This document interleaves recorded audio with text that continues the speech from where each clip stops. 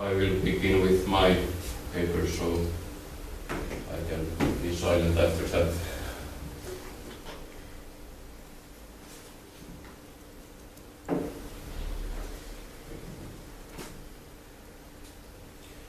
My research concentrates on Finnish Pentecostal movement, those leaving their family tradition behind.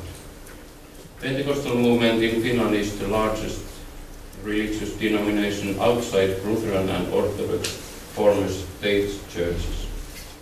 In a land of 5 million, baptized Pentecostals consist of 1% of the population, whereas over 70% belong to Lutheran Church. The visibility of the movement and Pentecostalism in Finland is more extensive than the numbers would indicate, although occasional and stereotypical. In its course of 100 years, the movement has faced few times of growth, but the growth has stalled since 1980s. Especially before that, the doors of Pentecostal congregations were busy with people coming in and going out, even expelled. There used to be a time when the length of your hair would be a sufficient reason enough to get kicked out. In large numbers, those leaving were first-generation converts with no family tradition behind them. But in this research, I have focused on those Pentecostals who have family tradition in the movement for two main reasons. First, the socialized Pentecostal church children would, in theory, be more likely to stay in the movement since they have grown into it, which makes their exit more serious choice. And second, to be able to compare my research results with studies of other traditions. Apart from interviews, my main material, I also sent a short questionnaire to Pentecostal congregations to ask their approach and attitudes on people resigning and being expelled from congregations. Since 1970s, congregations have expelled less members, especially the larger congregations. And there are two main reasons for this. Overall moderation of the movement and restrictions of Finnish law on what grounds a member of an organization can be expelled. Even too many congregations do not basically expel members anymore. Half of those who answered congregations, half of those had expelled at least one member in the past 10 years, and few, even quite many, as seen here on the right. Up on the right. Much more common thing is that people leave the group themselves. Few congregations have experienced major outflows of members, and there are two main reasons for that.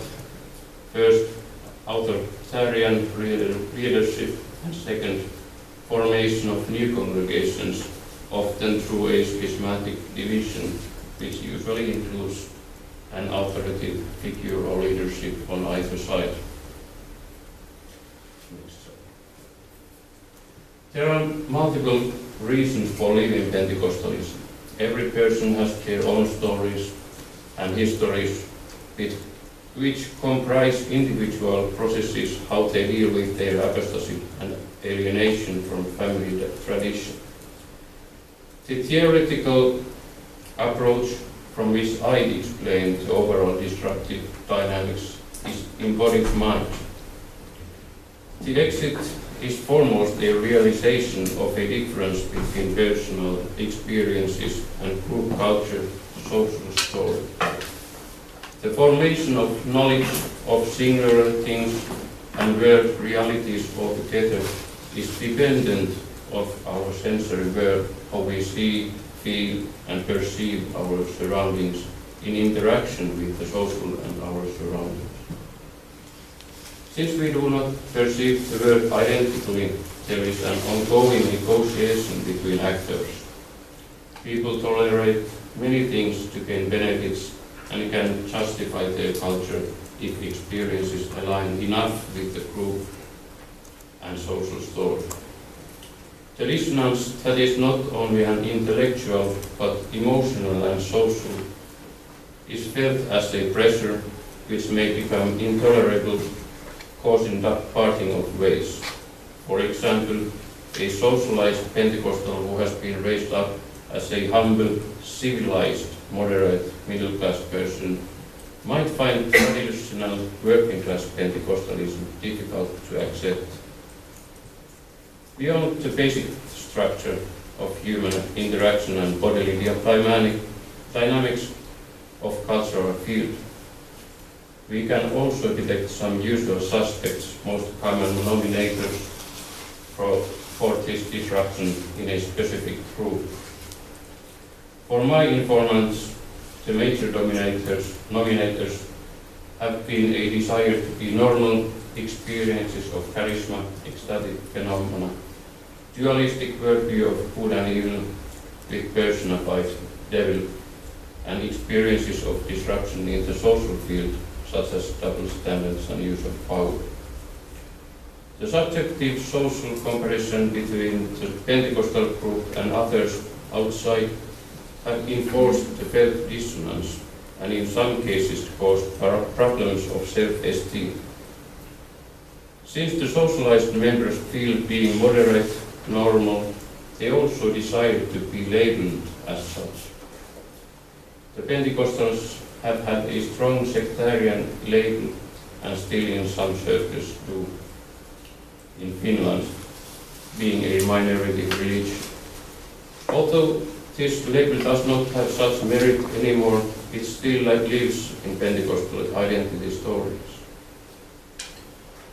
Pentecostal experiences are encouraged for members, although not all experience glossolalia and other phenomena. The lack of right experience creates feeling of outsiderness, almost subjective feeling. Moreover, some informants expressed feelings of dislike or even disgust for phenomena considered weird by outsiders. The dualistic worldview, distinction between good and evil, and the constant fight in that field can create an exhaustive tension. The fight unseen and unknown has frightened and has been inexplicable for growing children and youth. In these dramatic aspects of religion are not explained and feelings balanced by, for example, parents, the disruptive effect can be tremendous. Furthermore, if one does not experience the dualistic battle and fear the devil, the perceived over-dramatization can feel foolish and futile. The fourth common denominator, experience of disruption in the social field, is mainly an experience of the failure for others to reach the preached idealistic standards and moral values. One informant expressed her total disappointment on how in her small congregation the leaders, elders, laid strict rules for members but did not intervene, for example, if one of them, elders, lived with a mistress. Another told that her father, a first-generation convert and a lay preacher, was very vocal in sexual moral values and abstinence from alcohol, only to watch porn and drink beer secretly in home. Other issues in the field of power included for one ex-minister assertions that he had lost his place in heaven since he was acting worldly. These and others here in the right exemplify the disruption between experience and social story, which are illustrated in the next slide. Here I have depicted how does the first generation or the first experiences of religion which are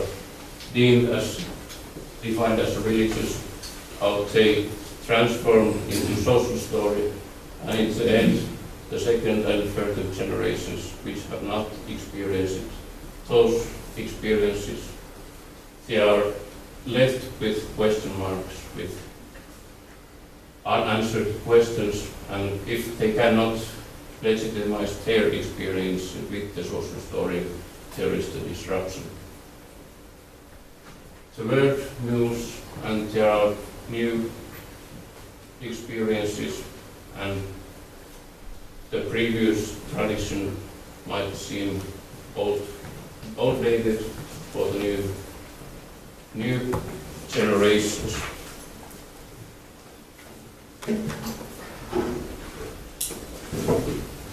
But social story can be accepted if a person can relate to them through own experiences, or can interpret and legitimize social story and own experience compatible enough. To the second slide. Types of apostates. How to define concepts of apostasy and apostate. In order to define the concepts, we should define of what we are talking about: phenomenon, process, ideology, or something else. Therefore, so far, I have adopted a wide approach and definition to construct an umbrella concept of apostasy, which is taking a deviant stance and position towards social story and group outside the shared community and practice tradition. This cultural deviance is more fundamental than just subculture, refusal or inability to stand for the cultural whole and its story or stories, values, and so forth. In defining apostates, there are sliding and switching positions for persons according to individual life circumstances, social development, and new experiences. I have approached this question by defining apostasy positions, which I claim will help to explain apostasy's specific processes. In my typology teaching, presented soon in the next slide, I have located individual social positions after my informant's exit, depicting the location within social network in relation and attitudes. The defining nominators in this typology are relations to religion altogether and attitude towards family tradition. There are multiple positions for an individual to occupy during his or her lifetime. Also, we can trace common causes that lead to certain positions. And here we see, to be exact, of course, this should be a continuous scale, but in order to be more specific and more clear in our presentation, of course, there has to be typological boxes. In my research, I haven't found any atheists who are accepting Pentecostalism, but of course, they are more critical and rejecting atheists. But actually, one who has studied in university, she was quite, and I would depict her as understanding atheist, meaning that she didn't have anything really against the people in Pentecostalism. She just didn't believe that anymore. And of course, there are different kinds of apostates, people who switch to another religion or religious group. For example, a couple of them are Lutherans, now my informants. And one informant that I have interviewed has converted into Catholic faith. And of course then the agnostics, usually they are in my case, is understanding a little bit critical, but not totally rejecting or accepting. But usually the rejecting part, there are some kind of traumas or some kind of critical experiences they have faced, which explain their stance. But in order to get to the end, we will go into the next slide. There are different consequences for different kind of exits and histories. Some informants have expressed an easy transition where positive outcomes outweigh negative outcomes. Others have had more difficulties in dealing with the separation. I will present here three types of consequences and how the former Pentecostals have faced them. First, there are individual psychological consequences mirroring different experiences from traumatic to empowering. As I already mentioned, the social comparison may affect one's self-esteem if the group is considered closed and old. This may be based on assumptions or factual evidence, but nevertheless can cause challenges in the transition. Those informants who have suffered from some kind of trauma leading to psychological symptoms like depression have experiences that are unsuitable for developmental stage of children or youth, or strong emphasis on spiritual warfare and dualistic worldview, or discrimination from leaders or other authority figures. In this category falls also processes of gaining independence and life control. These processes are at least afterwards interpreted as a need to live for gaining freedom. In other words, they have experienced being restricted, and the exit has been or interpreted as a step up, enhancing their life quality. Another group consists of behavioral tics and cultural habits that can be resilient. Familiar rituals have brought comfort, and they can still be internalized strategies that emerge in certain situations. For example, one informant told that in critical situation, be it a thunderstorm or a heated discussion of her husband with her mother, she starts to speak in tongues, although she doesn't believe in that stuff anymore, because love just comes naturally. The socialization has molded my informants accordingly to their family culture in many respects. For example, the social class position and occupations were remarkably similar to what I found before in my previous research on Finnish Pentecostalism and social class. This demonstrates that people are not that easily separated from their cultural practices and traditions. There are other social consequences which leads to various outcomes. In the following slide, I have presented how different backgrounds and experiences have led to different outcomes in the social networks of my informants. In this slide, I noticed that there are common denominators, how people are dealing with their past knows and what are causing them. For example, if there are Pentecostals in one's family, second, third, fourth generation, they used to be more moderate Pentecostals than those who have just their parents just converted.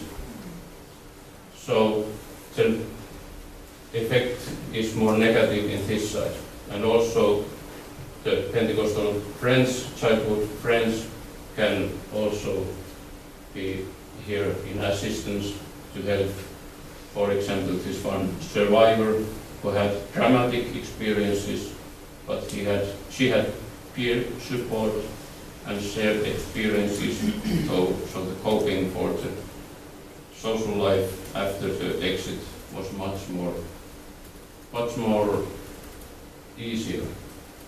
And of course, those with many Pentecostal friends, lots of Pentecostal family, and no dramatic experiences, living in big congregations, they kind of just drifted away.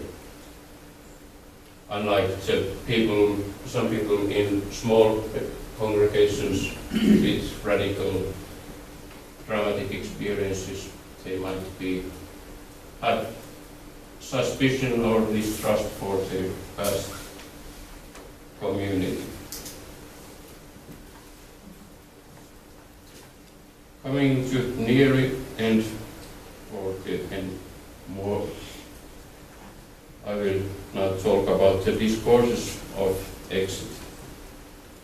The discourses or narratives of exits reveal foremost how people construct their identity, cope with the situations, and legitimize their positions and choices. By describing the exit as an individual choice, they declare their autonomy over social pressures and norms of tradition, although their decisions and habits are still affected by them. In the stories of my informants, an important factor was also the realization of my experiences and others' assumptions.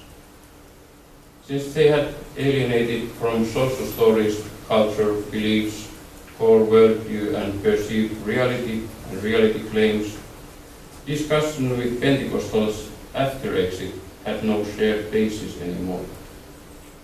Therefore, the ex-Pentecostal reasons for exit were seen as inconceivable by insiders, since their internalized worldviews had become different. For example, one informant told that Pentecostals sometimes asked if somebody hurts you, illustrating the difficulty to conceive that someone simply would not see the reality as real anymore. The informants listed both positive and negative things they thought they had gained or lost. For example, one Lutheran priest said that he learned to speak and perform in public in Pentecostal congregation. Lost chances usually had to do with moral and sexual norms, lost youth, since they wished not to live two lives, but just one in their lifetime. The stories usually are not without contradictions. For example, an informant could say that he or she wanted freedom and later would be disappointed that nobody contacted them anymore. Also, the stories of congregational control had many aspects. Control was said to be both strict and random. These experiences rise from the structure of Pentecostal groups, free but still with boundaries, with everyone able to interpret and assert moral judgments. Power relation is a typical topic for apostates, and their experiences affect on how bad or neutral Pentecostal power relations are viewed. Afterwards, the network and relations are seen very different when one is not part of the dynamics, active and fluctuating network of people. Apostasy is a topic of interest also for pastors in the Finnish Pentecostal movement. In their stories, the pastors reflected the past, asked what they could have done, but at the same time asserted that there are cultural boundaries and that sin is still a sin. One pastor I interviewed was very sad about his childhood and youth years in Pentecostal movement. Many of his siblings and friends had been expelled, traumatized, or otherwise controlled to the point of living back in those days. However, some pastors still are blunt in stating that a sinful lifestyle is a reason to expel a member. The concern is felt in the movement, and some congregations have tried to approach sidelined members, hoping to reactivate them, this time with totally other approach of acceptance. Some congregations have also invented new strategies to deal with those who get sidelined by creating a new type of membership, namely inactive member. Usually they would have liked to hear more from the apostates per person. And for conclusions, I will leave few notes on how apostasy affects Pentecostal movement in Finland and what affects apostasy in the movement. Since the 1980s, Pentecostalism in Finland has diversified in both styles and multiplication of groups. Before that, Pentecostal movement was thought to have a monopoly over Pentecostalism in Finland. Since then, Lutheran, Free Church, Methodists, Charismatics have incorporated Pentecostal religiosity in their practices, and many small groups have emerged, first from schism and later from various reasons. Some switchers have strengthened other Pentecostal or non-Pentecostal groups. Some apostates have tried small Pentecostal groups, but found them incompatible also, continuing to other destinations. The transformation of the Finnish Pentecostal movement from working class to more middle class oriented movement still faces the challenge to incorporate folk religion to new practices and cultures. The working class label and folksy label are among the reasons for some in their path to apostasy, since they do not share those cultural traits. Speaking of middle class, the traditional Pentecostal experience may be seen as a radical from the middle class cultural perspective. However, new practices such as systematic teaching that have arisen to meet the needs of middle class members might not be radical enough for working class members. These kind of social and cultural incompatibilities and challenges are major issues for the new movement, although not always acknowledged within.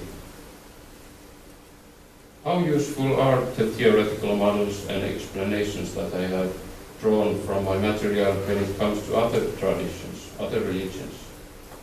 There are few differences to be noted when we compare different traditions. One of them is organizational or structural difference. Therefore, the explanations should consider the level of inclusion and control in such a way that is not restricted to certain cultures, such as Christian denominational organizations. The structural forms and levels of inclusion have impact on how complicated or simple it is to live.